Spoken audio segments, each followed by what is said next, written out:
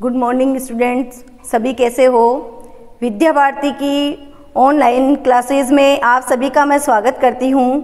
आज हम नई क्लास के साथ आए हैं, वो है 11th क्लास इंग्लिश कंपलसरी, जिसमें हम आज अपना पहला टॉपिक करेंगे। और पहले टॉपिक में अपनी जो क्लास चलेगी वो चलेगी पोएम की। और पोएम में जो अपनी पहली पोएम है वो है ए फोटोग्राफ।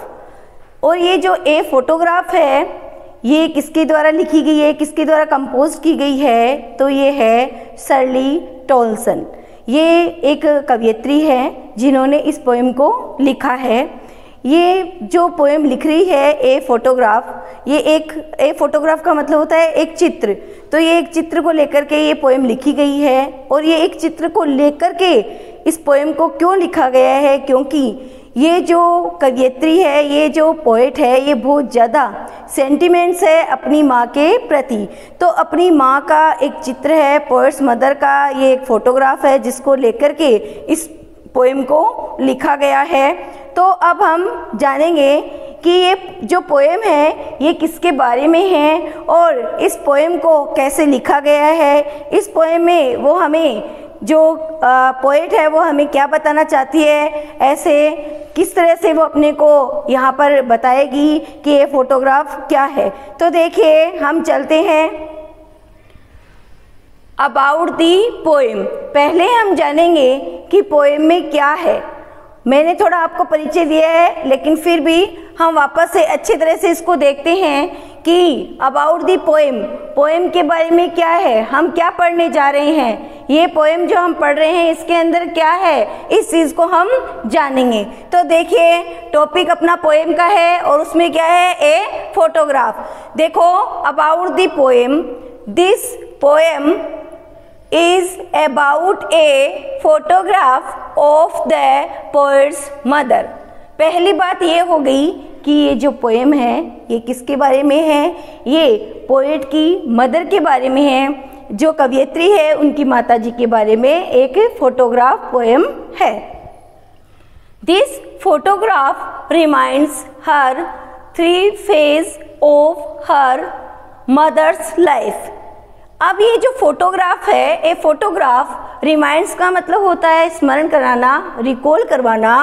तो ये जो फोटोग्राफ है, ये जो पोएट्स है, ये जो फोटोग्राफ है ये स्मरण करवा रही है, रिकॉल करवा रही है।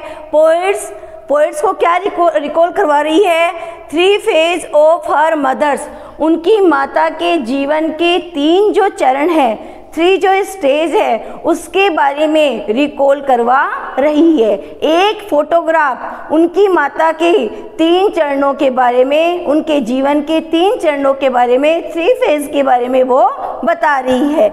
आगे देखिए, the poem presented the poets deep sentiments for her mother.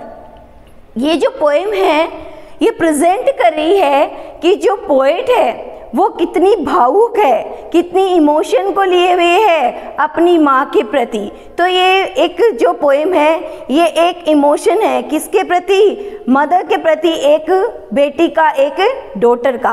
तो यहाँ पर जो मैसेज निकल रहा है वो निकल रहा है कि एक जो बेटी होती है, एक जो डॉटर होती है, वो कितनी डिवोटेड होती है, कितनी सेंटिमेंटल होती है अपनी मदर के प्रति, अपने मदर के प्रति पूर्ण रूप से समर्पित होती है। तो हमने जान लिया कि ये जो पोएम है ये किसके बारे में है, पोएट्स की मदर के बारे में है। हमने जाना कि वो रिकॉल करवा रही है 3 phase of mother's life, mother's life के 3 फेज है उसके बारे में बता रही है। फिर हमने जान लिया कि वो कितनी सेंटिमेंटल्स है।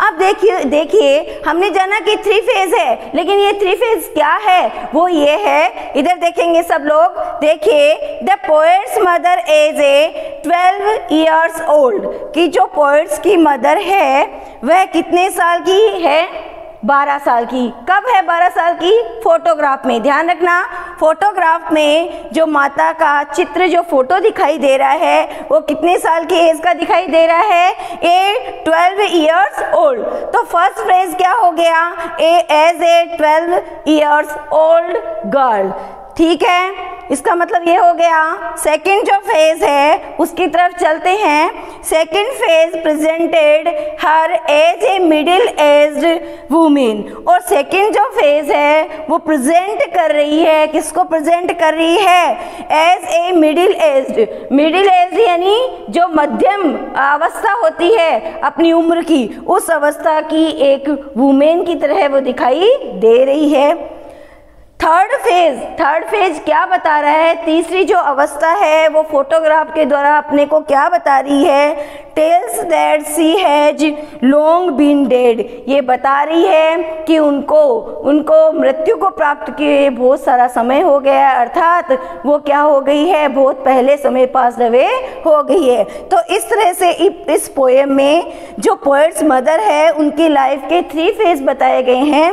3 फेज में मैंने आपको बता दिया है कि फर्स्ट फेज तो क्या है, वो 12 years old है, सेकंड फेज में क्या है, मिडिल एज्ड है, और थर्ड फेज में सी हैज लॉन्ग बीन डेड, कि उनको मृत्यु को प्राप्त किए हुए, अर्थात वो क्या हो गई है, पास अवे हो गई है और इसको थोड़ा समय बीत चुका है। इस तरह से हमने ये जान लिया है कि ये पोएम किसके बारे में है, और ये इसके जो फेज है वो 3 है, और 3 फेज में क्या क्या आता है। ये तो हो गया अपना पोएम का जो स्टार्टिंग इंट्रोडक्शन है वो। अब हम पोएम की तरफ चलते हैं, पोएम के फर्स्ट स्टेंजा को पढ़ते हैं और जानते हैं कि उसमें क्या बताया गया है। तो बच्चों देखिए, पहली लाइन देखिए, The cardboard shows me how it was। तो देखिए the cardboard का मतलब यहाँ पर दिया गया है फोटो फ्रेम से, या फिर हम कह सकते हैं स्टिफ पेपर से। एक सख्त जो गत्ता होता है, एक हार्डबोर्ड होता है, उससे हम ले सकते हैं, एक फोटो फ्रेम से हम ले सकते हैं। तो यहाँ पर वो बता रही है, पोएट बता रही है, द कार्डबोर्ड शोज का मतलब होता है डिस्प्ले करना, किसी चीज को प्रदर्शित करना, एक्सप्रेस करना। तो ये जो कार्डबोर्ड है, शोज मी का मी किसके लिए यूज हुआ है, पोएट के लिए। किसके लिए यूज हुआ है, पोएट के लिए। तो पोएट क्या कह रही है कि ये कार्डबोर्ड शोज डिस्प्ले कर रही है मुझे, क्या डिस्प्ले कर रही है, how it was when the 2 girl cousin went paddling, each one holding one of my mother's hand। ये कह रही है कि ये जो कार्डबोर्ड है ये डिस्प्ले कर रहा है मुझे कि कैसे इट वाज व्हेन, ये कैसा दृश्य था जब 2 गर्ल कजिन, 2 चचेरी बहनें वेंट पैडलिंग, क्या कर रही थी, पैडलिंग का मतलब होता है walking slowly in shallow water. Shallow का मतलब होता है नॉट डीप, बहुत ज़्यादा गहरा नहीं। तो उथले पानी में जो चचेरी बहनें हैं वो पैडलिंग करती हुई जा रही है।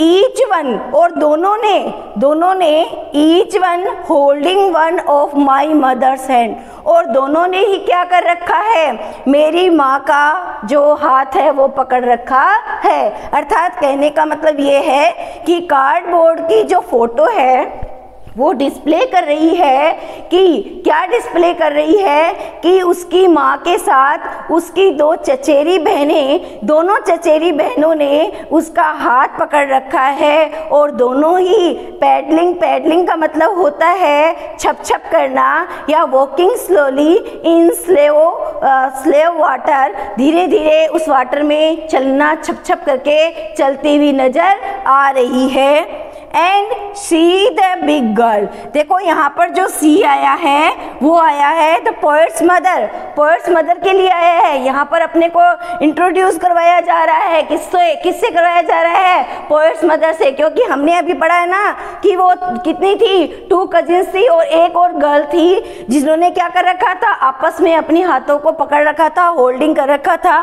तो आगे वो अपने को बता रहे हैं, and see the big girl some 12 years or so, all 3 stood still to smile through their hair। तो देखिए सी द बिग गर्ल, और उनमें से जो बड़ी लड़की थी वो क्या थी, वो कौन थी, वो पोएट्स मदर थी। सम 12 ईयर्स। और यहाँ पर बता दिया गया है कि पोएट्स मदर की जो एज थी वो कितनी थी, 12 साल की। और सो ऑल थ्री स्टूड, और सारी की सारी जो तीनों लड़कियां थी स्टूड वर स्टैंडिंग, बिल्कुल खड़ी हुई थी। स्टिल का मतलब होता है विदाउट मूविंग, बिना किसी हलचल के खड़ी हुई थी। टू स्माइल, और स्माइल कर रही थी अपने बालों के बीच में से।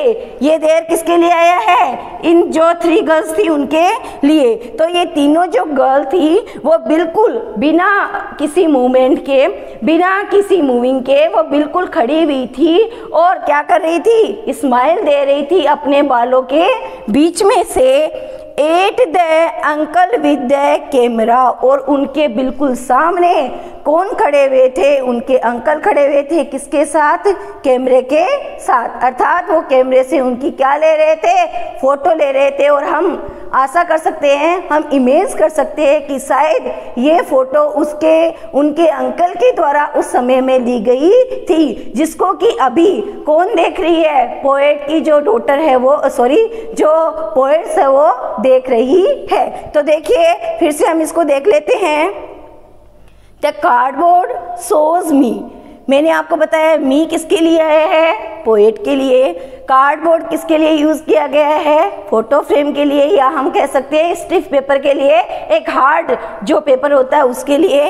तो a cardboard shows me how it was when the 2 girl cousin went pedalling, each one holding one of my mother's hand, and see the big girl some 12 years so। तो देखिए ये कार्डबोर्ड है वो मुझे डिस्प्ले कर रहा है, मुझे बता रहा है हाउ इट वाज, ये कैसा था, ये दृश्य कैसा था जब उनकी 2 cousins when the 2 cousins went pending, जब 2 कजिन्स क्या कर रही थी, जा रही थी छप छप करती हुई, और दोनों के ही हाथ किसके साथ जुड़े हुए थे, किसके साथ पकड़े हुए थे, उनकी माता के साथ, जो कि सबसे बड़ी थी और कितने साल की थी, 12 साल की थी। और 3 स्टूड, और फिर वो तीनों की तीनों, पहले तो देखो वो जा रही थी वॉकिंग स्लो इन स्लेव वाटर, जो एकदम उथला पानी था उसमें वो जा रही थी, लेकिन फिर वो जाती जाती क्या हो जाती है, 3 स्टूड स्टिल, तीनों की तीनों क्या हो जाती है, विदाउट मूविंग किए हुए वो खड़ी हो जाती है, वह स्टैंडिंग हो जाती है। टू स्माइल, और फिर वो क्या करती है, अपने बालों के बीच में से स्माइल पास